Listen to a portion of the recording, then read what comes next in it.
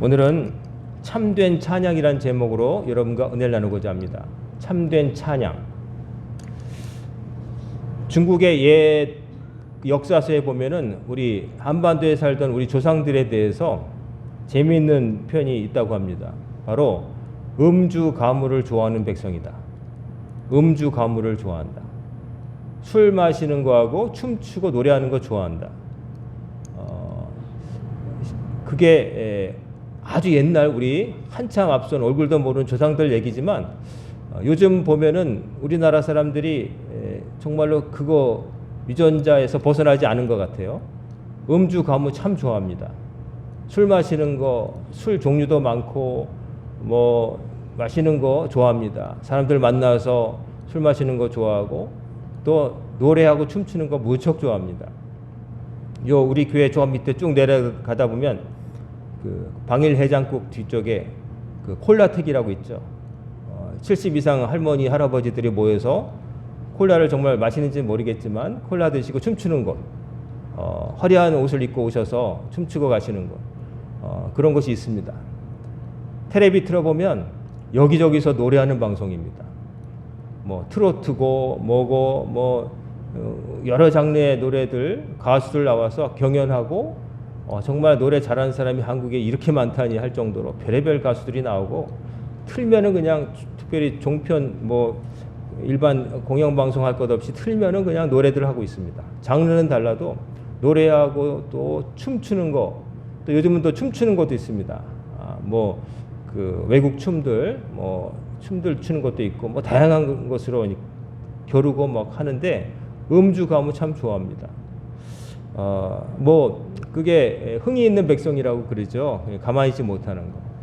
그 제가 청년 때 제 그 성이 남평문가거든요. 그래서 남평문시여서 우리 작은 아버지께서 한번 그래도 종친회에서 뭐 하는 모임에 한번 가봐라 그래서 마지못해서 한번 버스를 타고 그 남평이라는 곳을 가게 되는데 맨 뒤에 앉았죠. 다 아줌마 아저씨들인데 저만 청년이었어요. 근데 뒤에 앉았다가 놀라운 광경을 봤습니다. 이제 버스를 타고 막 가는데 고속도로 들어서자마자 그 음악이 켜지면서 그 차에 있는 가라오케 기계에서 음악이 나오면서 막 복도 그 통로로 막 아주머니 아저씨들이 다 뭐 문씨겠죠? 막 나와가지고 문씨와 문씨가 결혼한 사람들 다 와가지고 통로에서 춤을 추는데 참 그 충격과 또 좀 우스꽝스러운 모습들. 그 달리는 버스에서 어떻게 그렇게 춤을 추는지. 원래 불법이잖아요.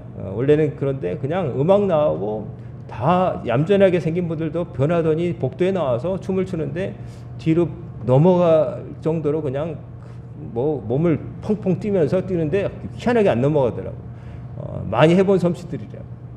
뭐 그냥 가는 데까지 조용할 날이 없이 이제 춤을 추는 걸 봤습니다. 자, 이렇게 음주 가무 좋아하는데 우리나라 또 이 성도들이 또 찬양을 좋아합니다. 찬양을 좋아해서 이 교회 안에도 앞에 막 어떤 큰 교회를 보면 마이크를 잡은 사람들이 성도들이 미리 연습해 가지고 앞에 한 적게는 4명, 많게는 막 10명씩 큰 교회는 막 몇 단에 걸쳐서 서서 이제 와서 이렇게 막 찬양을 하죠. 뭐 찬양을 좋아하는 게 뭐 얼마나 좋습니까? 기뻐서 주님 앞에 나올 때 기뻐서 찬양하는 거 좋. 근데 저는 그 찬양이라고 하는 것이 그럼 다 교회에서 부른다고 다 찬양이냐? 교회에서 부르면 다 찬양이냐? 이런 생각을 가끔 해보게 됩니다. 교회에서 부르면 뭐든지 찬양이냐? 우리가 부르는 찬송가도요. 원래 그 작곡 음악 그 음악을 작곡한 분이 있고 가사를 붙인 분이 있는데 작곡자들은 대부분 한 분이 다 하기도 하고 다 이제 목회자나 어떤 신앙적 체험에 의해서 한 것도 있고 어떤 것들은 서양의 옛날 고전 음악이라고 하는 것 그냥 일반적으로 그들이 들었던 음악의 곡조에다가 찬송 가사를 입힌 거예요. 그래서 우리나라 옛날에 애국가도 안익태 씨가 작곡한 지금의 애국가 있기 전엔 서양 미국의 민요에 붙여가지고 동해물과 백두산이 이렇게 헤어질 때 부르는 그 작별 찬송 그 노래에 붙였잖아요. 그러니까 중요한 것은 어떻게 보면 그 음악 그 곡조가 아니라 그 안에 있는 가사가 뭐냐, 뭘 담고 있느냐 하는 게 중요하다는 거죠. 유행가를 할지라도 원래 유행가처럼 만들어졌더라 할지라도 그 가사가 바뀌어서 거기에 어떤 컨텐츠를 내용을 갖고 있냐에 따라서 찬양도 될 수 있고, 반대로 말하면 찬송가를 할지라도 가사를 바꿔서 다른 얘기하면은 그건 찬송가가 될 수 없다는 얘기를 드리는 거죠. 뭐가 중요하냐면은 뭘 담고 있느냐, 뭘 노래하고 있느냐가 찬양이 되느냐 아니면 세상 노래가 될 수도 있냐, 이걸 가늠한다는 거죠. 진정한 찬양은, 찬양이라는 게 칭찬하고 높이고 드러내고 이런 뜻이에요. 근데 뭘 칭찬하고 드러낼까? 교회에서 불려지는 찬양, 찬송이라고 하는 것은 어떤 것이 되어야 되느냐? 그 안에는 하나님에 대한 것이 있어야 됩니다. 하나님에 대한 것, 하나님을 높이는 것, 하나님께서 행하신 일에 대해서 이게 위대하시고 너무 감사하고 놀랍고 하나님께서 우리를 위해서 행하신 일이 너무나 기이하고 놀랍고 감사하다는 이게 들어 있어야 되는데, 잘못하면은 그냥 뭐냐면 나 괴로워요, 나 외로워요, 나 도움 받아야 돼요, 이제 신세 한탄, 그거로만 이제 끝날 수 있어요. 나의, 그러니까 사람이 하나님을 향한 게 아니라 내 자신을 향한 자기 연민, 그리고 나의 처지에 대한 토로, 이제 신세 한탄 쪽으로, 심파 쪽으로 흐를 수도 있다는 거죠. 물론 성경에 있는 시편에도 탄원시라고 해서 주여 나를 버리셨습니까? 저를 원수들 손에서 도와주세요, 막 이런 거 있는데, 근데 거기는 단순한 신세 한탄이나 절망적인 상황이 아니라 그러니 저를 도와주옵소서 하고 하나님께 기도하는 게 들어있단 말이에요. 그러니까 엄밀한 면에서 찬양은 하나님께서 행하신 일들, 나에게 보잘것없는 나를 위해서 행하신 일에 대한 높임, 감사, 이게 있어야 찬양이고요. 좀 더 좀 넓히자면 그 괴로울 때, 이 괴롭고 힘든 이 세상에서 나를 도우실 분은 하나님밖에 없습니다라고 신뢰하는 그런 내용이 있어야 그래도 찬양이라고, 교회에서 할 수 있는 찬양이라고 부를 수 있다는 얘기죠. 근데 그런 것들은 많이 희석되고 요즘은 자기 안으로 들어와서 내 감정, 나는 슬프고 외롭고 핍박받고 있으며 억울하고 나는 참 힘들고 뭐 주여, 이런 내용으로 이제 자기 쪽으로 이렇게 흐르게 되면 이게 찬양을 가장한 세상 노래처럼 되는 거죠. 세상 노래들 들으면서 사람들이 심금을 울린다, 감동한다 보면은 사람들의 삶 속에 있는 어떤 현실을 노래한 것, 그런 것들 우리가 노래로 들으면 심금을 울린다, 마음에 있는 이 그냥 검은 거를 옮기는 거 아니에요. 감동적이잖아요. 뭉클하잖아요. 저도 뭐 음악 들으면 음악을 좋아하기 때문에 여러 걸 듣는데, 때로는 세상 음악도 들으면 가슴이 찡하고 또 추억에 젖어서 그때 이런 일이 있었지 하면서 저에게 어떤 감정적 카타르시스를 주는 것도 있지만, 그럼에도 불구하고 그건 찬양이 될 수 없고 찬양을 대신할 수 없다는 거죠. 찬양은 하나님을 향한 것이 되어야 돼요. 오늘날 교회들이, 우리 교회가 참 있었으면 하는 것 가운데 하나가 이 찬양대죠. 찬양대석이 이렇게 있는데 비어있죠. 찬양대가 세워지면 얼마나 좋겠어요. 근데 찬양대의 방향을 보면은 청중을 향하게 돼 있어요. 찬양대가 이렇게 서가지고 앉아있는 사람들, 예배자들을 향하게 돼 있어요. 근데 저는 그거 옳지 않다고 봐요. 찬송은 하나님께 향하는 거예요. 우리가 들으려고 하는 게 아니라, 대표적인 사람들이 찬양을 부르지만 그 찬양은 하나님을 향해서, 제단을 향해서 원래 있어야 되는 거예요. 근데 우리는 우리가 들으려요. 우리가 감상하고 있어요. 그래서 찬양대에 앉은 사람들도 이렇게 앉아가지고 예배 드릴 때, 우리 교회도 이렇게 옛날 보통 많은 교회들이 하는 것처럼 돼 있지만, 예배 드릴 때 오른쪽으로 이렇게 보게 돼 있어요. 예배 드릴 때 여기 만약에 누가 있다면 이렇게 보게 돼 있어요. 근데 예배 드릴 때 하나님을 이렇게 보면서 예배 드리는 게 있겠습니까? 여러분, 상식적으로 하나님께 예배 드리는데, 하나님께는 하나님께 바라보고 낮춰서 이렇게 드려야죠. 예배자만, 앉아있는 사람만 예배자가 아니라 찬양을 바치는 사람도 예배자인 거예요. 그래서 제가 한 가지 옛날에 부러웠던 것, 청년 때 느꼈던 어떤 충격, 그 제가 그 다녔던 학교 근처에서 동문 선배인가 누가 결혼한다고 해서 서울에 있는 동숭로에 있는 성당에 갔어요. 가톨릭 결혼식을 처음 참석해 봤어요. 근데 가톨릭 결혼식은 굉장히 길고 복잡해서 신랑 신부가 의자를 갖다 놓고 앉았다 일어났다 하더라고요. 굉장히 번잡해요. 앉았다 일어났다 한참 걸려요. 근데 그 가운데 갑자기 찬송이 들리는데 찬양대가 안 보이는데 찬송이 들리는 거예요. 그것도 하늘에서. 이게 어찌 된 일이지? 찬양대가 앞에 없는데 보니까 예를 들면 여러분들이 이렇게 앉아 있잖아요. 여기 제단이 있고 찬양대는 저 위에 있는 거예요. 우리 시계 뒤에 있는 저 방송실 같은 데서 위에서 제단을 보고 찬송을 부르는 거예요. 하나님을 향해서. 그리고 청중들은 부르는 사람의 얼굴을 보는 게 아니라 소리를 듣는 거예요. 정말 하늘에서 들리는 소리처럼. 오늘 찬양대 누가 구찌 핸드백을 메고 왔네. 졸고 있네. 이 사람의 모습을 보는 게 아니라 소리만 듣는 거예요. 전율이 오르더라고요. 그렇게 어릴 때부터 주일 한 번 안 빠지고 수많은 찬양을 들었고 교회 다녔지만 그때 하늘에서 위에서 들리고 사람은 안 보이는 그 찬양을 들을 때 소름이 딱 끼치더라고요. 야, 이게 찬양이 이렇게 들릴 수도 있구나. 근데 대부분 보면은 그냥 청중을 향해서 있고 그 교회 사이즈를 보여주는 듯한 엄청난, 그리고 앞에 오케스트라 악기 다루는 사람들 다 보이고 거기서 또 이제 급료를 주고 그 유명한 그 전공한 사람들 전문가들 데려다가 멋진 음악을 하지만은 실은 진짜 음악도 인간 감성이 아니라 어떤 무대에 뭐가 있는 게 중요할 때는 음악하는 사람들도 이 무대 뮤지컬 같은 거 보면은 무대가 중요하기 때문에 그 연주자들이 이 밑에 있어요. 무대 밑에 이렇게 들어가서 안 보여요. 음악은 들리지만 실제로는 음악이 중요한 게 아니라 음악은 이 무대 위에서 벌어지는 상황을 돕기 위한 거기 때문에 이게 주가 되기 때문에 무대가 그렇기 때문에 안 보여요. 밑에 있다 나중에 끝나면 이 무대가 이렇게 밑에서 이렇게 올라오면서 그제서야 연주한 사람들 보여주고 이제 이러지. 주는 뭐냐면 이 무대에서 배우들이 펼치는 연기가 주란 말이에요. 그러니까 예배도 찬양대 있으면 좋죠. 하지만 그게 주는 아닌 거예요. 하지만 그게 중요한 것은 뭐냐면 거기에 우리의 신앙을 담고 있기 때문에 그런 거예요. 그래서 내용도 형식도 하나님을 향한 것이 되어야 되는 거예요. 교회 안에서 한다고 해서 다 그거 아닌 거죠.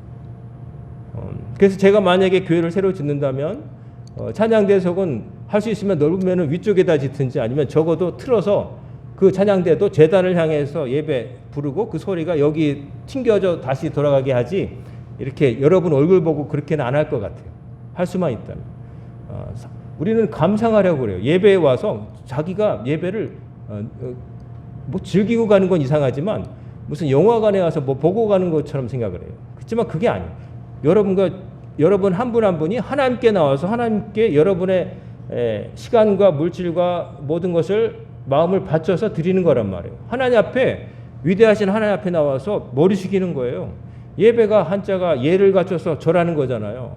높으신 분 앞에 나와서 숙이는 거지. 내가 이렇게 앉아가지고 오늘은 목사님이 무슨 재밌는 얘기를 하실까? 무슨 예화가 있을까? 오늘 찬양 때 어떤 음악으로 준비할까? 뭐 이런 거 구경하러 온 게 아닌 거죠. 오늘 이게 오늘 제가 길게 읽어드린 내용이 모세의 노래라고 하는 이름으로 불려져요. 왜냐하면 모세가 이스라엘 백성이 홍해를 도하하고 난 다음에 하나님께서 그 추격해오는 애굽의 군대를 물살로 쓸어버리시고 이스라엘 백성을 구원해 주신 그 일을 놓고서 그것을 노래하고 있기 때문이에요. 근데 읽어드렸지만 내용이 뭐예요? 하나님께서 이스라엘 백성을 위해서 그 애굽의 강력한 군대를 쓸어버리시고 우리를 살려주셨다. 누구도 못할 일을 우리를 위해서 하셨다. 하나님의 위엄이 드러났다. 하나님을 높이고 있어요. 사람 얘기가 하나도 없어요.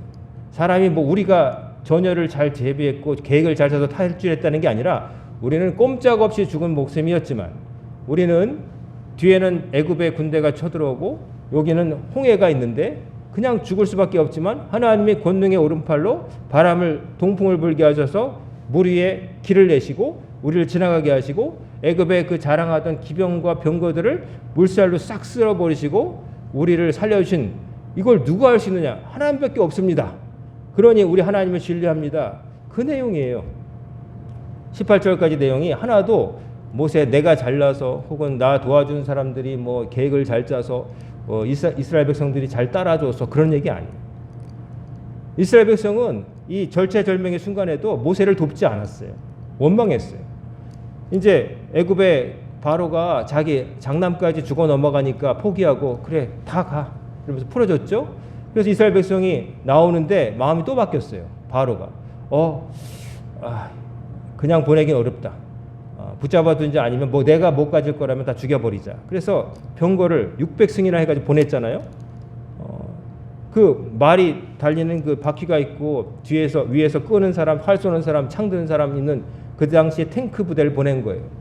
그래서 다 죽게 됐는데 그러자 이스라엘 백성이 뭐라고 했냐면 모세를 원망하면서 우리를 괜히 애굽에서 끄집어내가지고 여기서 죽게 만든다고 또 원망했어요. 밖에서 쳐들어온 애굽의 군대가 있고 애굽의 그 홍해의 바다가 있고 게다가 이스라엘 백성은 자기를 원망해요. 하나도 도움이 안 되는 상황. 외부로부터 적, 안으로부터 동요, 그리고 자연 자체가 막고 있는 그 상황 속에서 다 막힌 거예요. 근데 모세가 어떻게 해요? 모세는 좌절하지 않아요. 그들 앞에 뭐라고 하냐면 너희들은 두려워하지 말고 잠잠히 가만히 있어. 하나님이 너희들을 위해서 싸우실 거야. 너희들은 두려워하지 말고 잠잠히 하나님께서 행하신 것을 봐. 우리는 살아날 거야 라고 백성들에게 말한 거죠. 그리고 실제로 그렇게 되었습니다.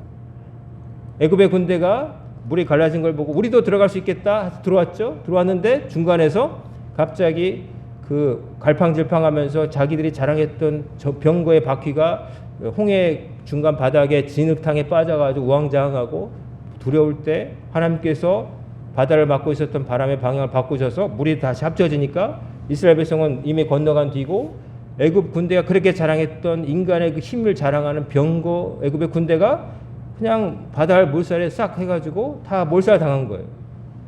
하나님이 아니시면 행할 수 없는 일을 하나님이 보여주신 거죠. 그 앞에서 놀라고 경외감을 느끼고 하나님밖에 없습니다라고 고백한 내용, 하나님이 진짜 하나님이십니다라고 찬양한 거예요. 높인 거예요. 이게 모세의 노래인데 진짜 찬양은 이런 거라는 거죠. 우리가 부르는 찬양, 세상의 어떤 심파조의 노래와도 다르고 또 정교한 세상 사람들이 잘 만들었다고 하는 노래와도 다르고 그 내용에 뭐가 있어야 되느냐. 하나님께서 우리를 위해서 행하신 놀라운 은혜와 기적에 대한 감사와 고백, 인정, 신뢰가 있어야 그게 찬양이라고 하는 거예요. 그러니까 그런 게 아니면은 찬양을 가장한 어떤 다른 것이 되어버리는 거죠. 뒤죽박죽 이것저것 섞는 거죠. 저는 이런 생각을 갖고 있습니다. 어떤 물건이 있을 때 다목적 여러 용도로 쓸 수 있는 것이 사람들이 좋아하잖아요. 이렇게도 쓸 수 있고 저렇게도 쓸 수 있고 이런 것들 좋아하잖아요. 옛날에 밥솥과 보온밥통 기능을 하나로 해가지고 그냥 보온만 하는 게 아니라 밥도 되고 옛날에 그냥 밥솥만도 있었잖아요. 보온은 안 되는 거. 처음에는 밥솥이 나왔죠. 전기로. 야, 불을 안 써도 된다. 전기로 깨끗하게 돼. 장작 안 떼도 돼. 그러더니 밥도 되고 게다가 보온까지 되는 보온밥통이 나왔죠. 그러니까 그렇게 됐는데 그런 밥통으로 한 밥과 오로지 밥을 짓기 위한 밥솥에다가 한 밥하고 밥맛이 여러분 똑같습니까? 안 그렇습니다. 똑같지 않습니다. 오로지 하나를 위해서 만들어진 거기에서 나온 게 진짜 맛을 간직하고 있죠. 이것저것 다 잘 되면 편리하긴 하지만 그러나 진짜 거기에 올인한 게 아니기 때문에 이렇게도 저렇게도 쓴 것들이 별로 좋지 않아요. 고장도 잘 나고. 저는 교회도요. 하나님을 예배하기 위한 예배는 예배당. 옛날에 예배당이란 말 썼죠. 예배당. 예배하는 집이에요. 그러니까 이 집의 용도는 예배 드리는 거예요. 여기서 딴 거 하라고 만든 게 아니란 말이에요.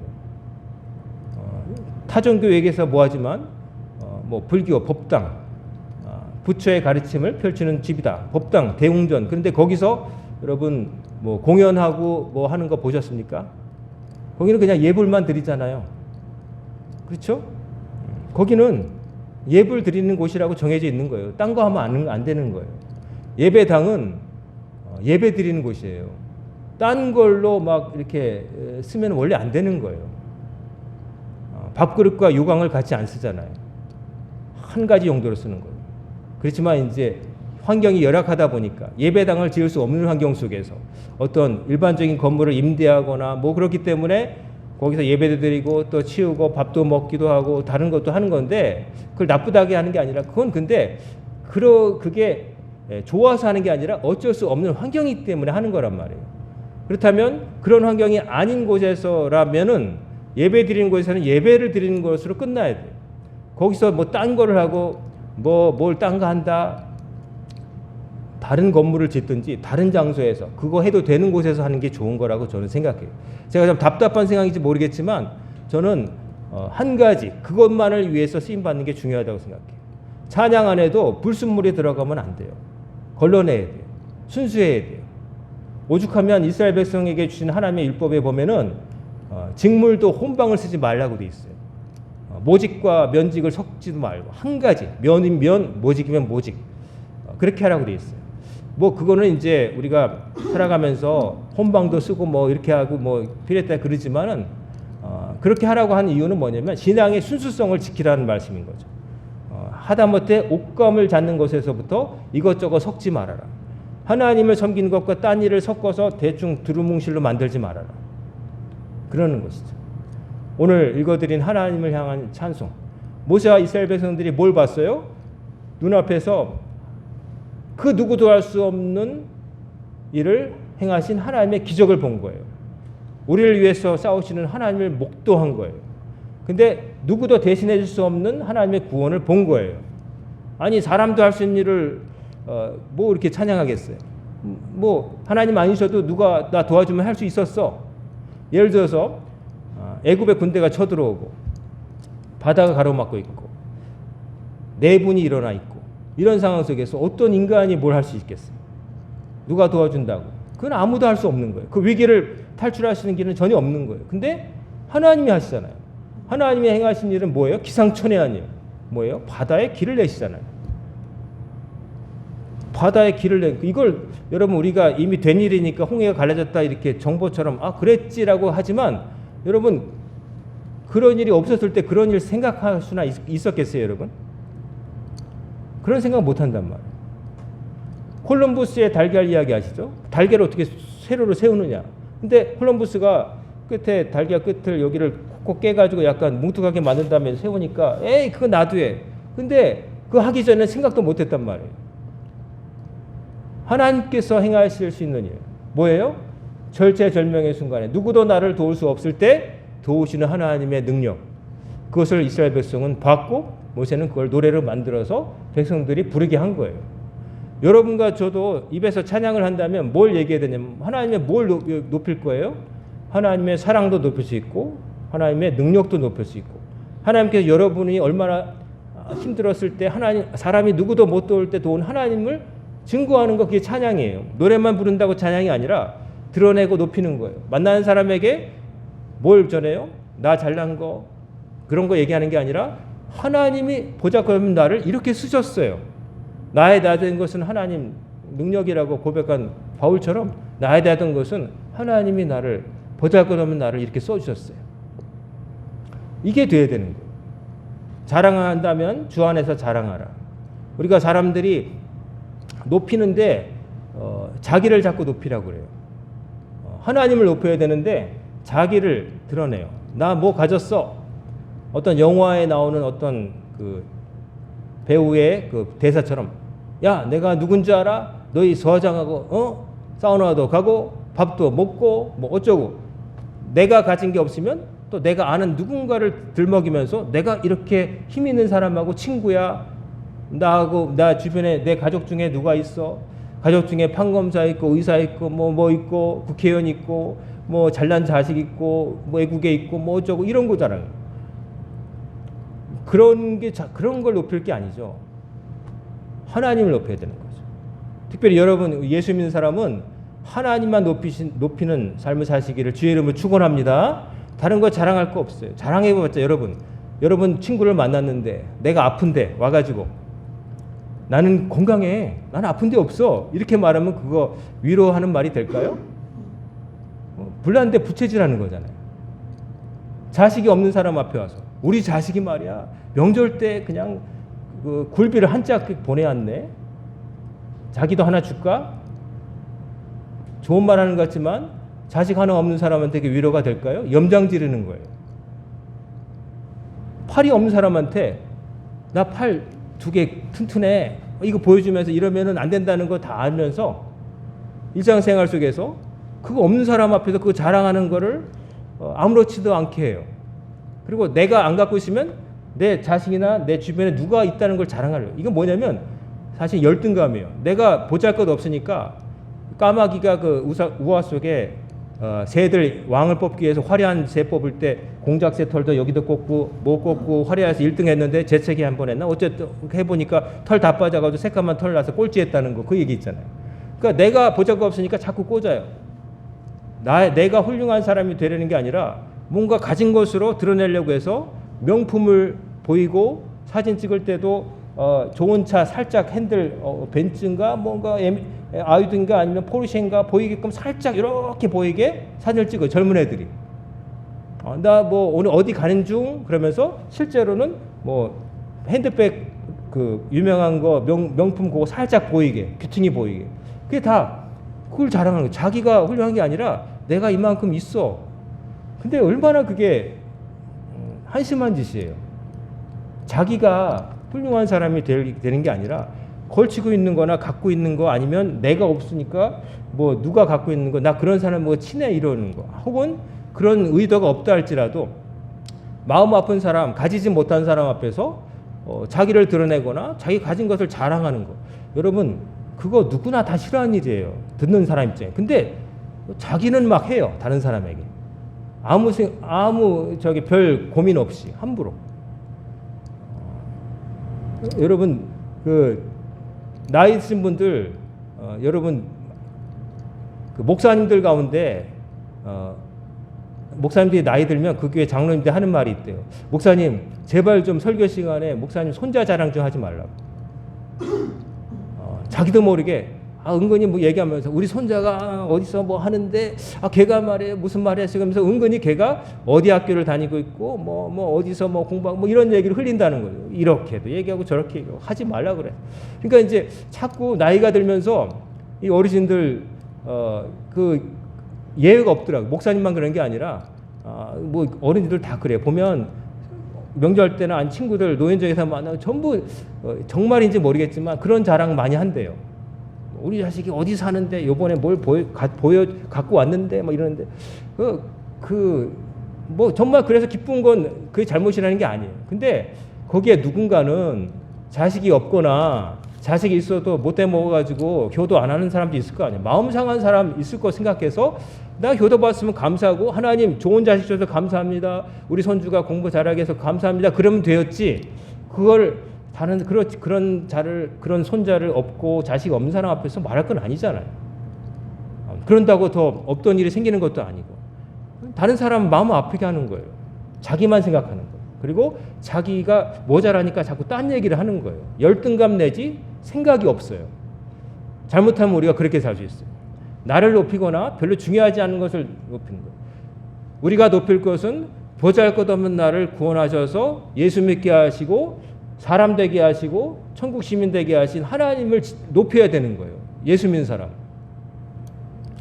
여러분 그렇게 사시길 바랍니다. 이제까지는 혹시 모르고 했어도 아차 생각해 보세요. 제가 부목사로 섬기던 교회에 1년에 한 번씩 꼭 부부 세미나라는 걸 해요. 이제 부부인분들 이제 모여가지고 목사님 모셔가지고 목사님을 초빙해가지고 뭐 부부간에 어떻게 존중하며 살았냐 뭐 좋은 거죠. 하지만 저는 그걸 보면서 이런 생각했어요. 아니 그러면 과부나 홀압이 된 사람들 볼 때 저거 부부 세미나 한다고 그러면은 그거 좋아할까? 전 그렇게 왜냐하면 우리 어머니가 과부였으니까.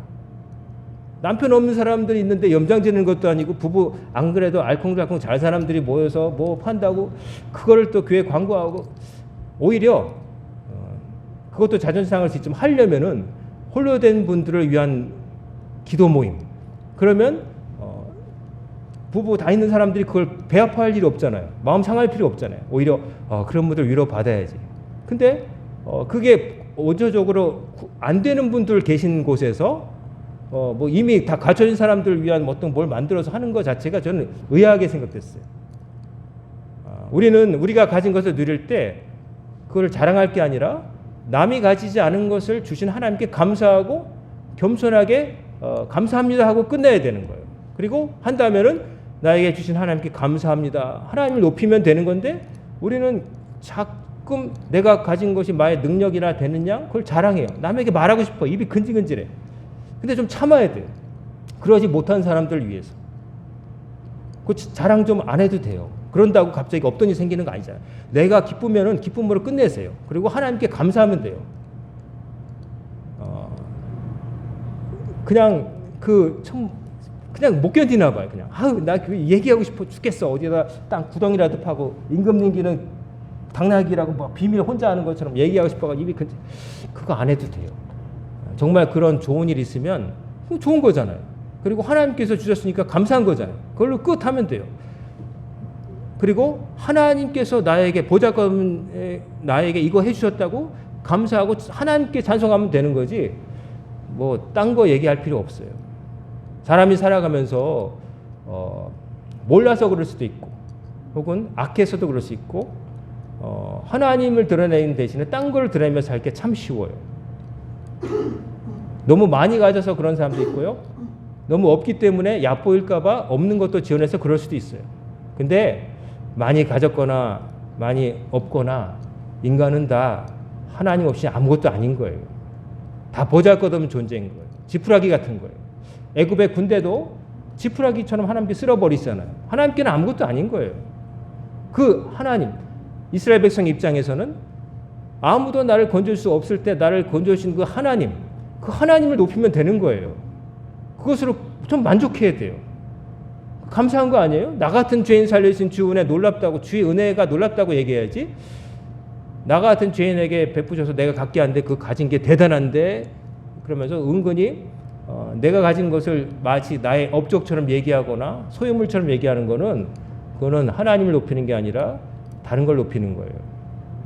비슷해 보이지만 완전히 다른 거예요.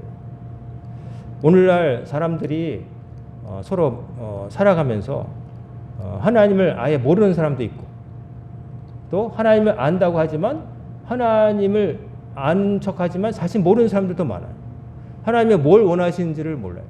하나님은 수장의 기름보다 순종을 원하신다고 그랬어요. 너희들이 바치는 기름에 질렸다라고 하셨어요. 왜냐하면은 양은 바치면서도 하나님 말씀을 지키지 않는 이스라엘 백성의 불순종을 보셨기 때문에 행동으로는 참 못들어지게 하는 것 같지만 실제적으로는 하나님 아닌 다른 것에 기웃거리는 것을 보셨기 때문에 그래요. 오늘 참된 찬양이란 말씀을 전했는데 단순히 찬양에 대한 문제가 아니라 우리 신앙에 대한 문제인 거예요. 우리는 누구 때문에 구원받았느냐? 하나님 때문에 구원받았고 우리는 누구를 높일 것이냐? 하나님을 높여야 되는 거고 하나님 덕분에 살고 있으니까 겸손하게 입 닫고 살아야 돼요. 내가 가진 거 자랑하며 살면 안 돼요. 자랑하고 싶으면 혼자 방 안에서 혼자 얘기하세요. 거울 보고. 얼마나 웃기겠어요. 웃긴 일이란 말이에요. 혼자 그렇게 나는 뭐도 있어 거울 보는 사람이 얼마나 웃기는 일이에요. 그런 거 하지 말고 하나님 기도할 때만 하세요. 저에게 효도하는 아들 주셔서 감사합니다. 하나님 남들이 아프고 병원 수시로 다니는데 날 건강하게 하신 하나님 감사드립니다. 하나님의 일을 하라고 건강 주셨는데 하나님 일을 많이 못했어요. 이제부터 하겠습니다. 하나님 저를 써주세요. 하나님 이번에 좋은 일 있게 하심을 감사합니다. 하나님의 은혜입니다. 하나님께 잘한 것 하나 없지만 이런 거 분에 넘친 것이었으니 감사하고 앞으로 주를 위해서 살겠습니다. 그리고 누구를 만나든지 하나님은 이런 분이시야. 하나님 믿어야 돼요. 하나님은 나를 이렇게 보잘것없는 나를 이렇게 건져주셨어요. 당신도 기도하면 하나님이 당신을 건져주실 거예요. 사실상 모든 거 의지해도 의미 없지만 하나님은 약속을 지키세요. 하나님만 믿으세요. 라고 여러분 전하는 여러분과 제가 되기를 주의 이름으로 축원합니다. 이번 한 주간도 여러분 사람을 만나고 일도 하실 건데 별의별 사람을 여러 사람을 만날 분도 있고 맨날 만나는 사람도 정해진 분도 계시겠지만 여러분이 정말 만날 분은 하나님이세요. 하나님 앞에 서서 하나님이 내가 말하는 것, 행동 다 보신다는 것 여러분 기억하시고, 하나님께서 주셨으면 하나님 감사합니다. 그리고 하나님께서 주시기를 바라는 게 있다면 하나님 보잘것없는 저에게 허락해 주옵소서 기도하시고, 사람을 만날 때 어려운 사람 만나면 위로하시고, 또 많이 가진 사람이 있다고 해도 부러워하지 마시고, 내가 이미 충분한 걸 가졌기 때문에 뭐요? 예수 믿는 거, 하나님 나라 백성 된 거, 이만 하면 된 거 아니에요? 뭘 더 바라겠어요? 이 세상 살면서 하나님 만나서 예수 믿게 되었고 천국 시민 되었고 언젠가 부르시면 아버지의 나라에 들어갈 건데, 그것만 된다면 이 땅에서 조금 덜 갖고 좀 고생하고 내 뜻대로 안 된 게 있어도 뭐 대수로운 거죠. 큰 게 됐는데, 가장 큰 게 되면은 작은 것들은 별 문제 아닌 거예요. 가장 큰 게 되면 되는 거예요. 2월 1일입니다. 첫날인데 여러분 삶이 하나님의 은혜 가운데서 사는 삶, 그리고 하나님의 은혜를 발견하고 감사하는 삶, 하나님을 높이는 삶, 하나님 앞에 겸손한 삶 사시는 여러분과 제가 되어서 하나님이 내려다보실 때 흡족하게 바라보시는 우리 광인의 성도님들 다 되시기를 주의 이름으로 축원합니다. 아멘. 기도하겠습니다. 사랑과 은혜가 충만하신 아버지 하나님, 새벽부터 이 시간까지 함께 하심을 감사드립니다. 2월 첫째 주 첫날 드린 예배 속에서 참된 찬양이 무엇인지 나누게 하셨사오니, 오직 하나님께서 행하신 일을 찬양했던 모세의 노래처럼 저희들이 언제나 주를 높이고 주께서 행하신 일에 소망을 걸고 믿음 안에 살아갈 수 있도록 붙잡아 주옵소서. 오늘부터 시작된 한 주간도 주님께 맡깁니다. 어디에 가든지 저희가 누리는 것을 자랑하는 것이 아니라 누리게 하신 하나님의 능력을 자랑하게 하시고, 하나님께서 좋은 것을 주셨을 때 감사함으로 하나님을 향한 감사와 찬양을 평생 바치며 살아가는 저희들 다 되게 하여 주옵소서. 예수님의 이름으로 간절히 기도드리옵나이다. 아멘.